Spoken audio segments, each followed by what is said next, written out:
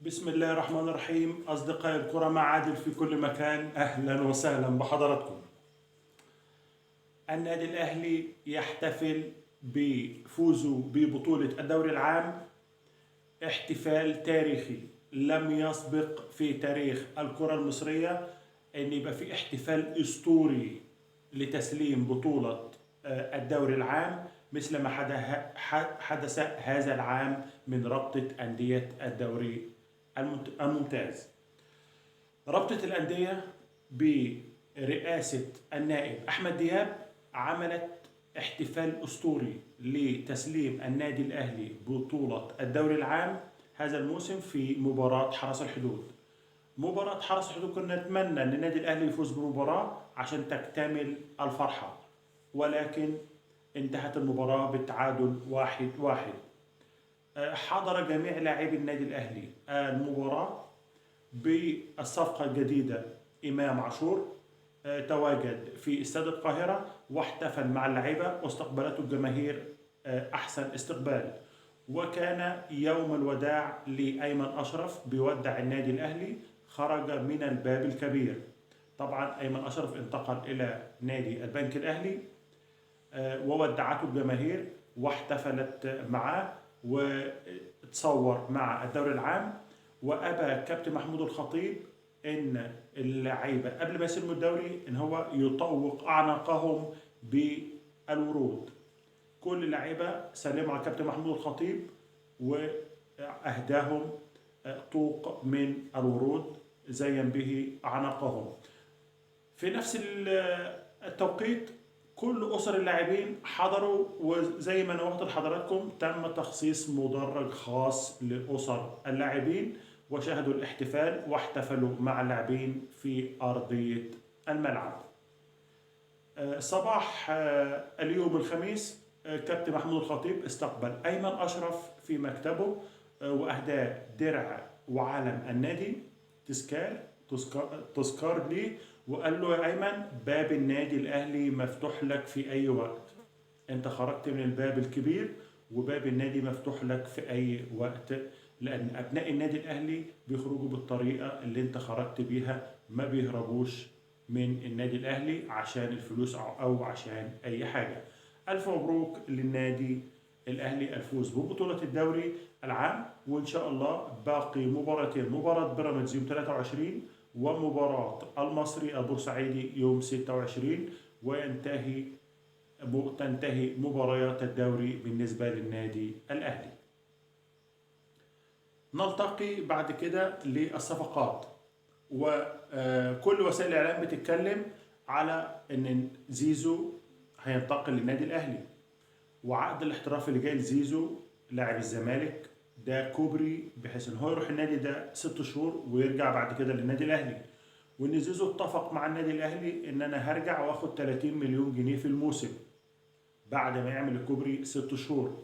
كل الكلام ده من مصدرنا داخل النادي الاهلي عاري تماما من الصحه.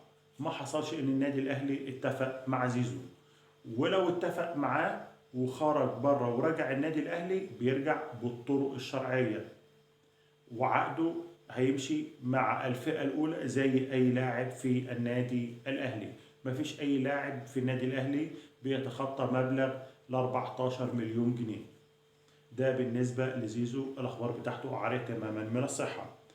مصطفى فتحي كل وسائل العالم بتتكلم ان مصطفى فتحي لاعب بيراميدز حاليا رفض النادي الاهلي. النادي الاهلي فاوض مصطفى فتحي ان هو يضمه وقال لك لا ده انا زملكاوي ومش جاي النادي الاهلي. مصطفى فتحي على قوه التعاون السعودي وكان اعاره لنادي بيراميدز، وكان في شرط في عقد مصطفى فتحي في حاله تفعيل بند الشراء ان نادي بيراميدز يدفع $1,000,000، ونادي التعاون هيفرط في مصطفى فتحي لانه جاب 2 لعيبه بيلعبوا في نفس مركز مصطفى فتحي. ونادي بيراميدز فعل بند الشراء ودفع $1,000,000. مصطفى فتحي اصبح لاعب رسمي في نادي بيراميدز. يبقى فين الرفض؟ ان هو رفض. النادي الاهلي من الاساس لم يتدخل في صفقه مصطفى فتحي، وانا بحاول ان انا اجيب لكم الخبر الصحيح. ايه بقى حكايه سوزا؟ جوستافو دي سوزا لاعب جيان بوك أكوري قدميه الاثنين داخل النادي الأهلي. بالنسبة اللاعب مخلص كل شيء مع النادي الأهلي ونفسه ان هو يجي النادي الاهلي لان المدرب محتاجه، فطبعا المدرب هو اللي طالب اللاعب، اصبح عطيه ثقه كبيره ان هو يجي يلعب في النادي الاهلي. قدمه الاثنين داخل النادي الاهلي، ولكن نادي جيان بوك الكوري مش عايز يتمم الصفقه الا ما يتاكد ان هو هيجيب مهاجم سوبر مكان سوزا. في خلال ال 24 ساعه اللي جايه هتتضح الرؤيه، هل سوزا هيجي النادي الاهلي ولا النادي الكوري هيتمسك بيه؟ في ال 24 ساعه الجايه ان شاء الله هيبان الرؤيه بالنسبه لسوزا. نروح بعد كده لنادي الزمالك وانفراجه كبيره في غرامه شيكابالا. طبعا شيكابالا عليه 1.5 مليون دولار لنادي سبورتنج لشبونه البرتغالي. انفراجه كبيره. جت من الانفراجه دي؟ جت الانفراجه من بعد ما خلصت مشكله مصطفى فتحي وانتقل لبيراميدز. نادي التعاون السعودي كان عنده 400 الف دولار تم ارسالهم لنادي الزمالك. نادي الزمالك حصل فلوس من الاعارات اللي هو مطلعها للموسم الجديد، واصبح المبلغ 1.5 مليون دولار جاهزه للدفع لنادي سبورتنج لشبونه. وان شاء الله يوم الاثنين القادم سوف يتم تسديد غرامه شيكابالا حتى تسنى نادي الزمالك لقيد صفقاته قبل البطوله العربيه. طب اهم صفقات نادي الزمالك، صفقه اصبحت بنسبه 99% منتهيه صالح نادي الزمالك، وهو لاعب فاركو محمود حماده، وده بيلعب مساك وبيلعب لاعب وسط مدافع. أصبح الآن على أعتاب نادي الزمالك بنسبة 99%. لم يتبقى غير أن الزمالك يخلص مشكلة شيكابالا ويتم توفير مصدر مالي لدفع قيمة محمود حمادة. دي أهم صفقة هتنضم لنادي الزمالك قبل البطولة العربية.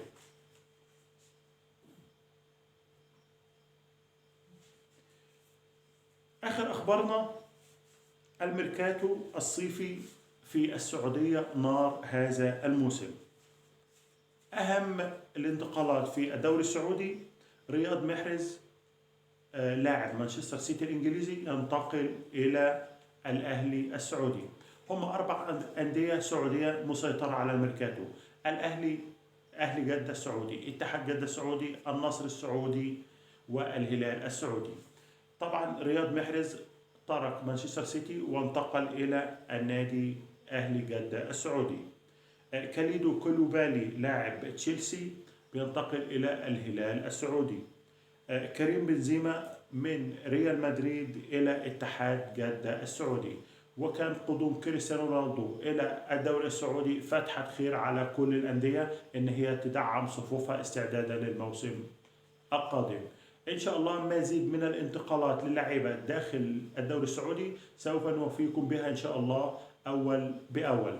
في نهاية لقائنا ما تنسوش تدعمونا بلايك وشير ومتابعة لقناتنا على اليوتيوب علشان نوصل لأكبر عدد من السادة المشاهدين. والسلام عليكم ورحمة الله وبركاته.